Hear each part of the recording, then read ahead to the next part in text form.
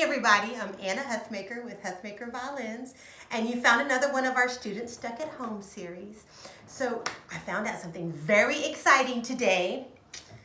I have an Amati violin. Do you know what an Amati violin is worth? It could be worth $600,000 if I'm lucky. You know what else I found? I have a Stradivarius. I don't only have one, I have two. Do you know how much a Stradivarius is worth?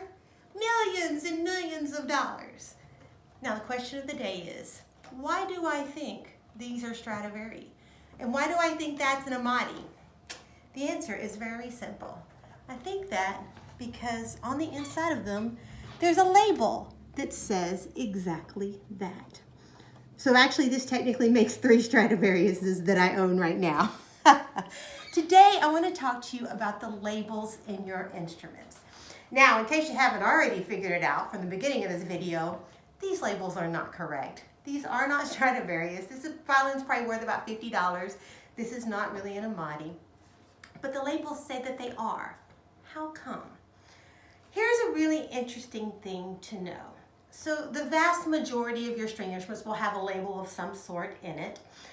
But the ones that say Stradivari and Amati and Guarneri, they don't say that because they're trying to fool you, to make you think you have the real thing.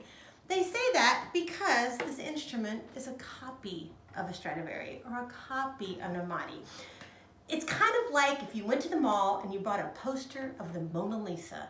Nobody looking at it would ever think it really was the Mona Lisa. Nobody thinks that because it has a little inked signature down there that you're trying to fool anybody or be dishonest or disingenuous. It's just a copy. Well, especially around the turn of the century, we had literally millions of instruments that were imported into this country from Germany that say Stradivari. I always say you can't shake a family tree without a violin falling out of it somewhere here in America. And most of them do say Stradivari, and it's because they all copied Stradivari. So the first thing I want you to know is that a lot of times your label is not anyone trying to pull one over on you, trying to trick you or steal from you. Now, the truth of the matter is though, sometimes that does happen. The truth is, you can put any label you want in any instrument. Look at this. These came out of a book. There's pages and pages of copies of original labels. You can get this book, you can make 100 copies of this page and stick this label right here in a bunch of violins. Nobody could stop you. And you're sitting here thinking, well, yeah, but they're all kind of white and mimeograph looking. They don't look like a 200-year-old instrument.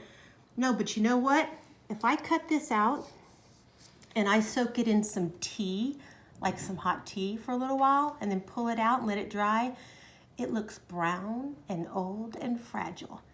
People do these things sometimes. Sometimes they do make copies of labels, and sometimes they are trying to fool you into thinking an instrument is something that it's not.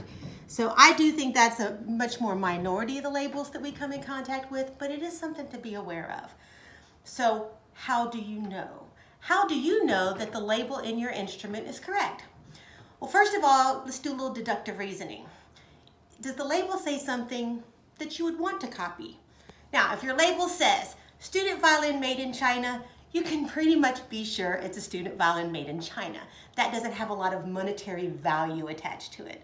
But if it says Stradivarius, then maybe you should just be a little cautious moving forward in your assumption. So the answer is always to take it to a violin shop and let someone look at it.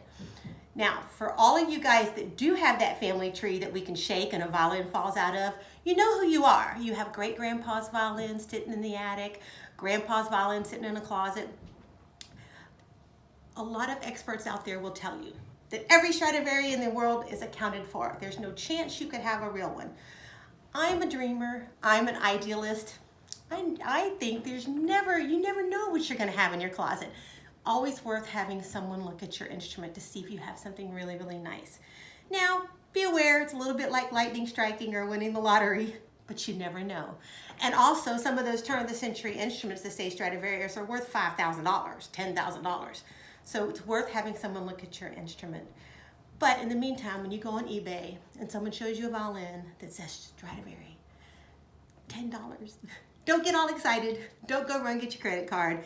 You know, have a little discernment when you think about it. So I hope this helps you a little bit with the whole label situation and to know that you have to trust a little bit more than just your eyeballs.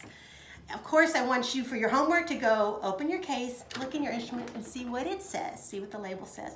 See what you can learn about it. Does it say engineered in Germany, made in Bavaria? You can learn something about it. And if you have any questions, you can email me at huthmakerviolins.com anytime you want. I'm Anna Huthmaker, and I really hope you enjoyed this video and learned something about labels.